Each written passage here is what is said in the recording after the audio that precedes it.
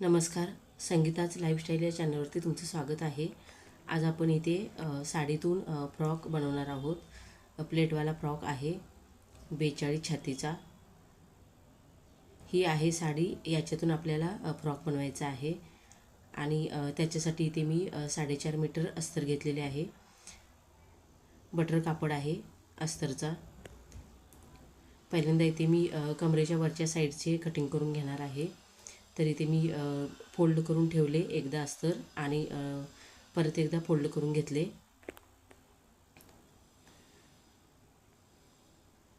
इथे छातीचा चौथा plus 1.5 inch घ्यायचा आहे माप.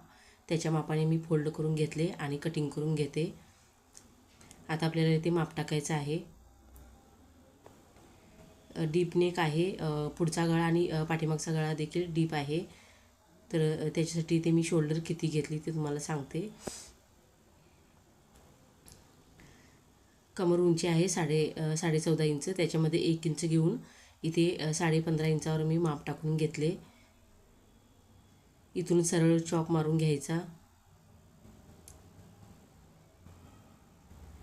आता इथे मी शोल्डरचे माप टाकणार आहे. शोल्डर इथे मी 6 इंच घेतली.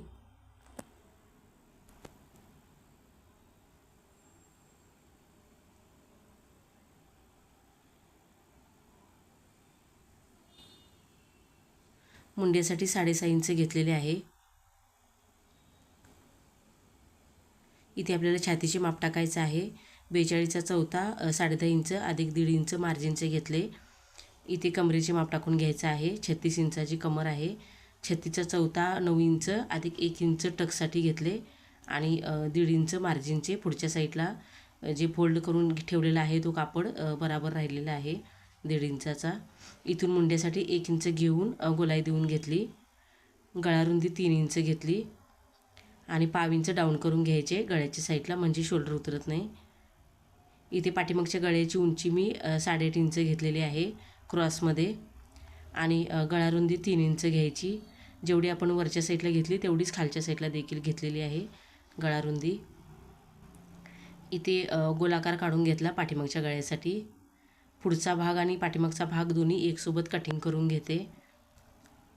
इथे टक्स रुंदी 4.5 इंच घेतली आणि टक्स उंची 3.5 इंच घ्यायची.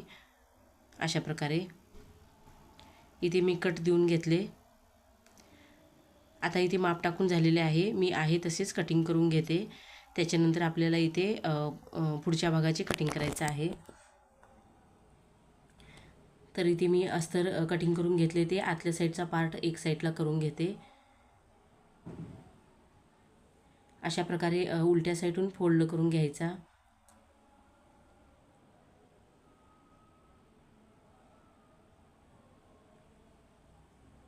हा आहे पाठीमागचा भाग. पुढच्या साईडला व्ही नेक आहे. तर इथे मी माप टाकून गळ्याचा आकार काढून घेते. गळारुंदी 3 इंच घेतलेली होती.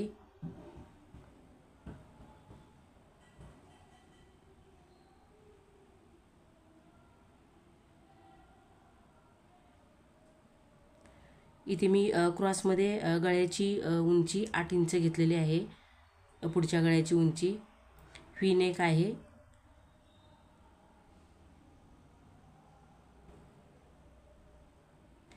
बटर कापड आहे त्याच्यामुळे चॉक व्यवस्थित उठत नाही. अशा प्रकारे इथे मी व्हीचा आकार काढून घेतलेला आहे आणि टक्स उंची मी 3.5 इंच घेतलेली होती.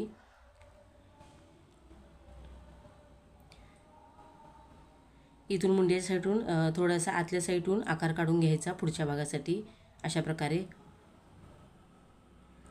आता इथे मी स्लीव्हसाठी कटिंग करून घेते. तर अस्तर फोल्ड करून घेतले. अजून एकदा फोल्ड करून ठेवले. अशा प्रकारे स्लीव्हची पूर्ण उंची आहे 15 इंच.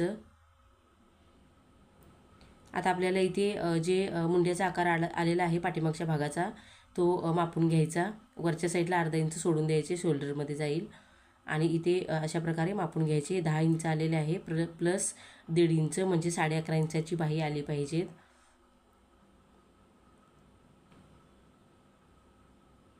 इथे मी 1 इंच खालच्या साईडला घेतले फोल्ड करण्यासाठी.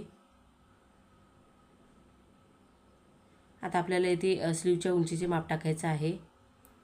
15 इंच प्लस अर्धा इंच घ्यायचे शिलाईसाठी.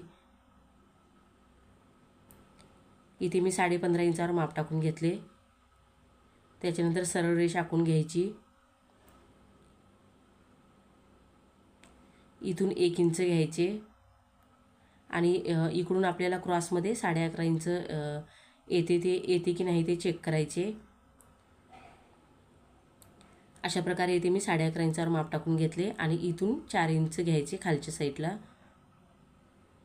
इथून 1.5 इंच घ्यायचे जेवढे आपण मार्जिनचे घेतलेले आहे तेवढे. त्याच्यानंतर सरळ रेष आखून घ्यायची.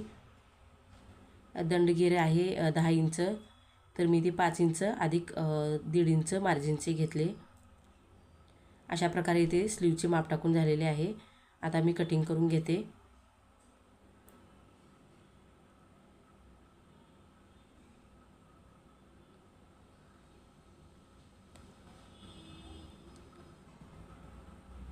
इथे मी पुढच्या भागासाठी अशा प्रकारे अर्धा इंच कट करून घेतले.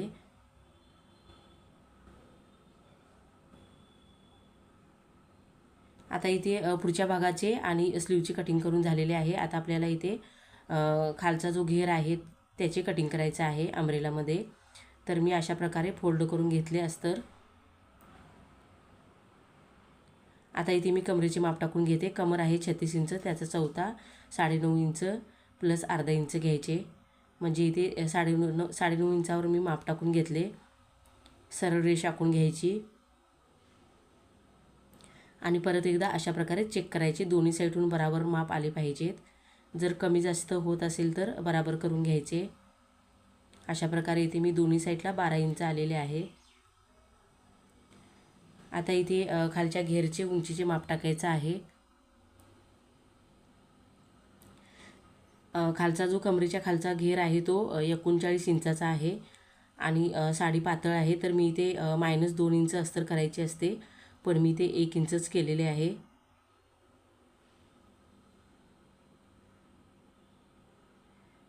अर्धा इंच वरच्या साईडला जाईल आणि खालच्या साईडला 1 इंच फोल्ड करण्यासाठी. तरी इथे मी 37.5 इंचावर माप टाकून घेतले.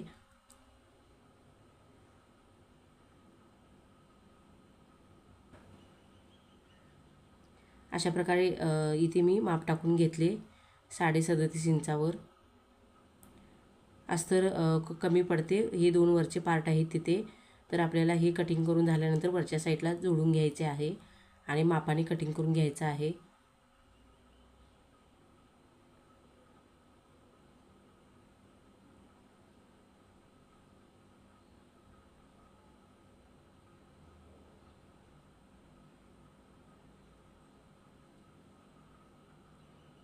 आता जे अस्तर आहे ते अशा प्रकारे ठेवून घेतले.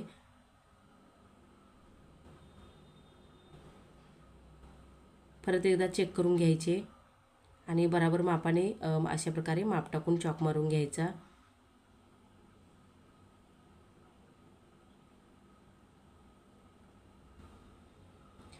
शिलाई करून झाल्यानंतर एक्स्ट्राचे जे अस्तर असते ते कटिंग करायचे.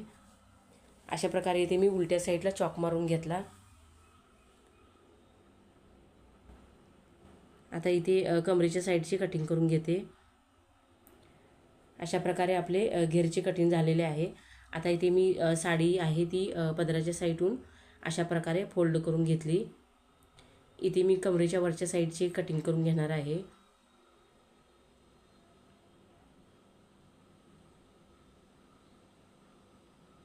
तर साडी मी डबल फोल्ड करून ठेवलेली आहे, म्हणजे पाठीमागचा भाग आणि पुढचा भाग दोन्ही एकसोबत कटिंग होतील अशा पद्धतीने. इथे मी अस्तरचा पाठीमागचा भाग ठेवून घेतला, त्याच्या मापाने इथे मी कटिंग करून घेणार आहे.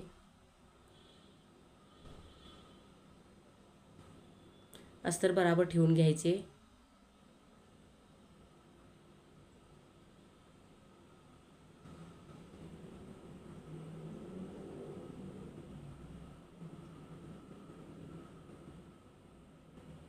या व्हिडिओमध्ये फक्त तुम्हाला मी कटिंग दाखवलेले आहे आणि लास्टला डायरेक्ट फ्रॉक शिवून घेतलेला ते दाखवलेलं आहे. कारण व्हिडिओ बनवायला वेळ नाही भेटला, अर्जंट द्यायचे होते. आणि फ्रॉक हा एकदम फिटिंगला व्यवस्थित बसलेला आहे, कुठेच फुगा वगैरे आलेला नाही. इथे मी स्लीवचे कटिंग करून घेते. साडी डबल फोल्ड करून ठेवलेली आहे.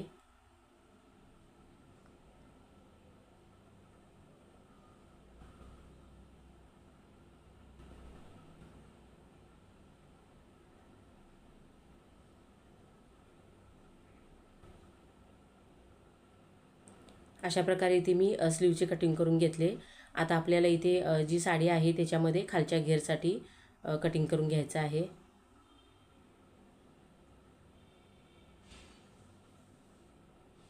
इथे मी जी उरलेली साडी होती ती पूर्ण फोल्ड करून ठेवली. आणि आता आपल्याला इथे खालच्या घेरचे उंचीचे माप टाकायचं आहे. खालच्या घेरची उंची आहे 39 इंच. इथे मी खालच्या साईडला 1 इंच फोल्ड करण्यासाठी माप टाकून घेतले. आणि वरच्या साईडचे माप टाकून घ्यायचे. 39 प्लस अर्धा इंच घ्यायचे, म्हणजे इथे मी 39.5 इंच घेतलेले आहे. अशा प्रकारे पूर्ण उंचीचे माप टाकून घेतले.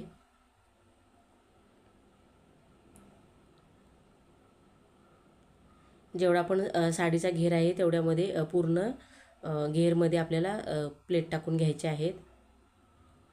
अशा प्रकारे आपले कटिंग झालेले आहे.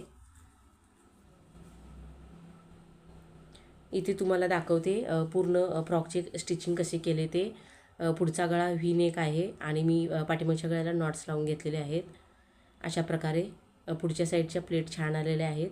आणि इथे मी कमरेला लावण्यासाठी बेल्ट देखील तयार करून घेतलेला आहे.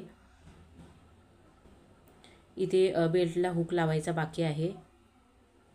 अशा प्रकारे हुक लावून घ्यायचा कमरेच्या फिटिंगने.